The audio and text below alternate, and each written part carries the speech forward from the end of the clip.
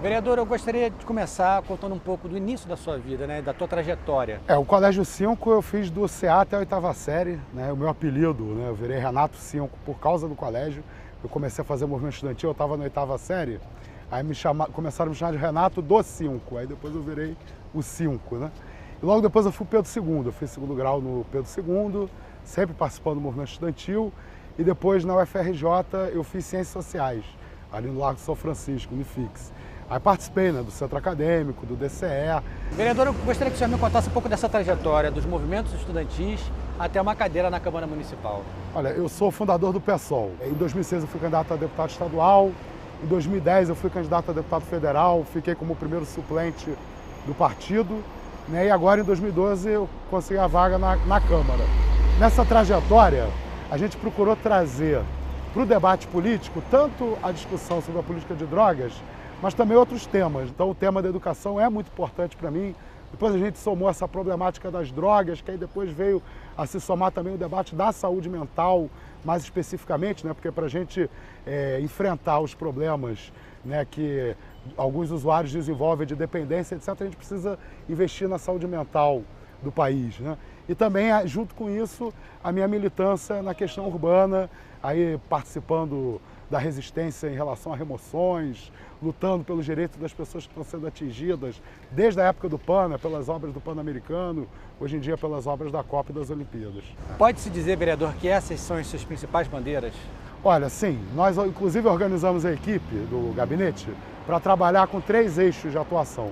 Tem uma equipe para trabalhar com juventude e educação, uma equipe para trabalhar cidade e direitos humanos, e aí dando ênfase aos impactos dos mega-eventos, e uma terceira equipe para trabalhar política de drogas e saúde mental.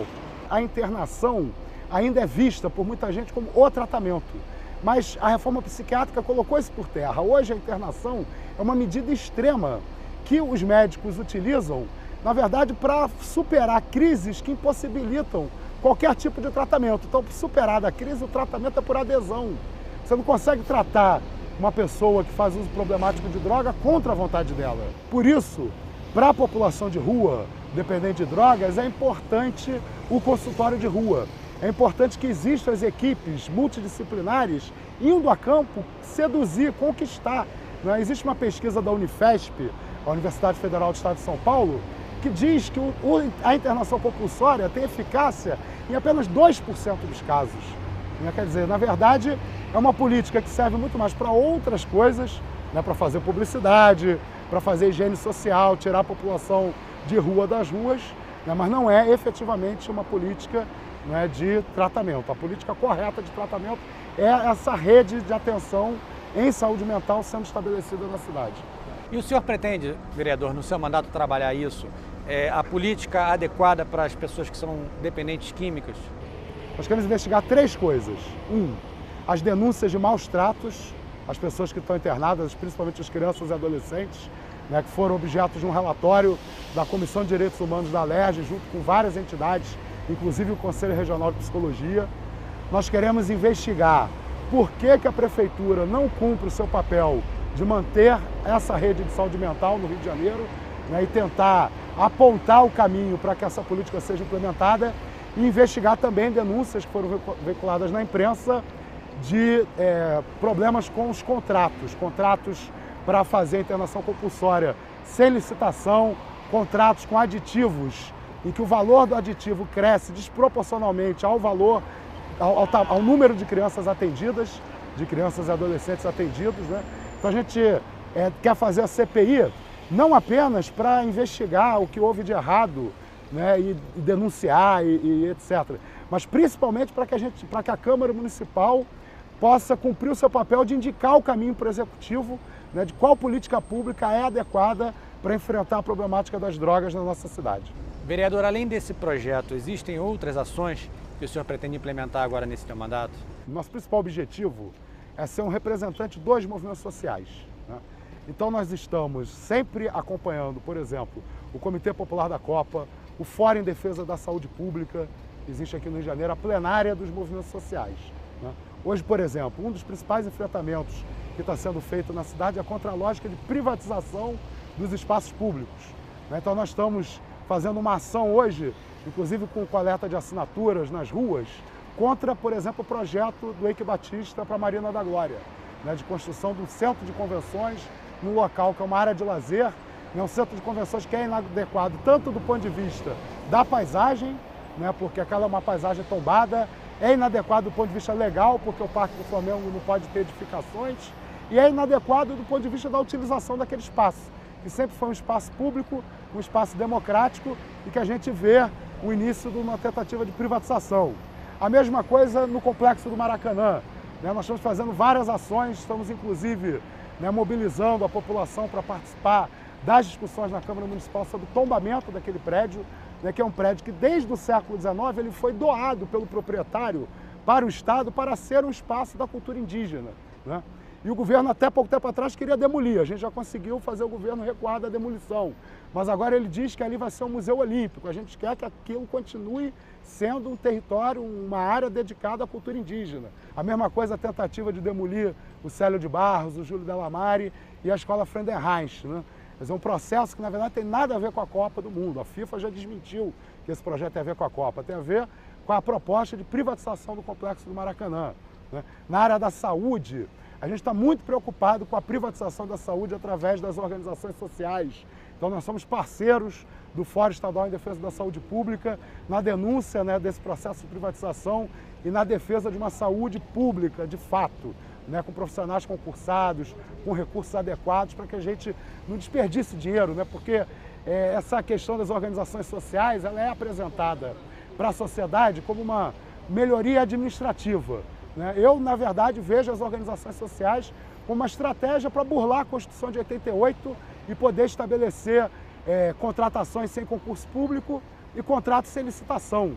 Então, a saúde não ganha com o poder público abrindo mão de princípios republicanos estabelecidos na Carta de 88 e, em troca disso, estabelecendo regras privadas para a administração pública. Então, na verdade, nosso mandato ele tem uma pauta bastante ampla. Eu reconheço que dentro da pauta do meu mandato, o debate das drogas, por ser o mais polêmico, é o que chama mais atenção.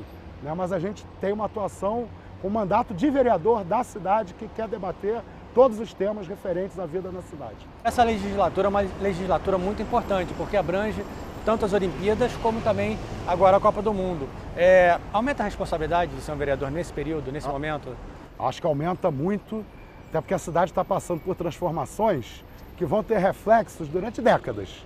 O que for feito daqui até 2016, se for mal feito, não vai ser revertido em 6 meses, em 1 ano. Né? E nós estamos vendo com muita crítica os principais projetos que estão sendo desenvolvidos na cidade em torno da Copa do Mundo e das Olimpíadas. Né?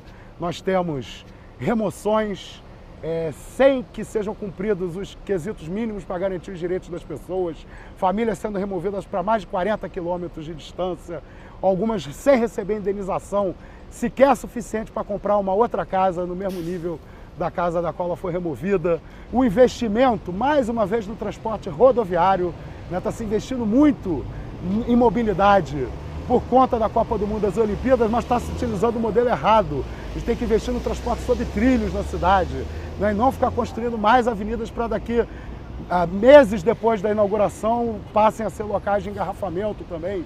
A gente precisa do transporte público de massas na nossa cidade para poder superar o problema dos congestionamentos. É realmente um período de muita responsabilidade e a gente precisa que a cidade debata mais o que está acontecendo, quais são os projetos que estão sendo implementados em nome da Copa e das Olimpíadas. Até porque, em geral, as coisas estão sendo feitas sem audiências públicas ou com audiências públicas muito precárias. Vereador, eu gostaria de saber por que o senhor escolheu esse local, Ipanema Posto 9, para fazer entrevista. Olha, o Posto 9 ele é simbólico, né, da contracultura no Rio de Janeiro desde os anos 60, quando existia o Pier, né, a turma da MPB se reunia aqui, a turma da contracultura. E o Posto 9 é o local onde nasceu a Marcha da Maconha, que é um dos movimentos que eu ajudo a organizar no Rio de Janeiro. E a Marcha da Maconha hoje eu acho que ela é a maior expressão no Brasil e no mundo, porque ela acontece em mais de 40 países do mundo, sempre no mês de maio, é a principal expressão do questionamento a uma política de drogas que deu para a sociedade uma tarefa impossível, que é a tarefa de erradicar as drogas. Né? E ao tentar erradicar as drogas, a humanidade acabou perdendo o controle sobre as drogas. né? Porque você acaba criando uma situação que, além de provocar muita violência e muita corrupção, você tem um mercado que ninguém controla, que ninguém regulamenta e que provoca muita morte por conta dessa falta de regulamentação. Apesar de muita gente achar que é um debate, inclusive, egoísta, né, que o usuário só está interessado, né, no seu próprio benefício, é um debate importantíssimo para a sociedade. É hoje a principal fonte de violência, é a principal fonte de corrupção, e essa estratégia impede a gente de cumprir a tarefa possível, que é regulamentar esse mercado e ajudar as pessoas que tenham necessidade através, né, de redução de danos, de políticas de saúde mental. Ficar enxugando gelo, tentando acabar com as drogas, faz com que a gente deixe de tentar fazer o que é possível, que é ajudar as pessoas que precisam. Vereador, o senhor tem planos para o futuro? Por exemplo, terminando esse mandato, o senhor já tem planos para alcançar outras instâncias governamentais? Quais são os seus projetos daqui para frente como um homem público? Olha, na verdade, hoje o projeto é fazer um bom mandato de vereador e avaliar as possibilidades. 2014 está chegando, né, existe uma série de possibilidades abertas para 2014, mas acho que tudo vai depender do balanço que a gente fizer do mandato. Fazendo um bom mandato de vereador, tudo é possível, né? Mas eu acho que a principal tarefa nossa agora é exercer com dignidade, com responsabilidade o nosso mandato. O futuro a gente vê mais para frente. Obrigado, vereador. Eu que agradeço.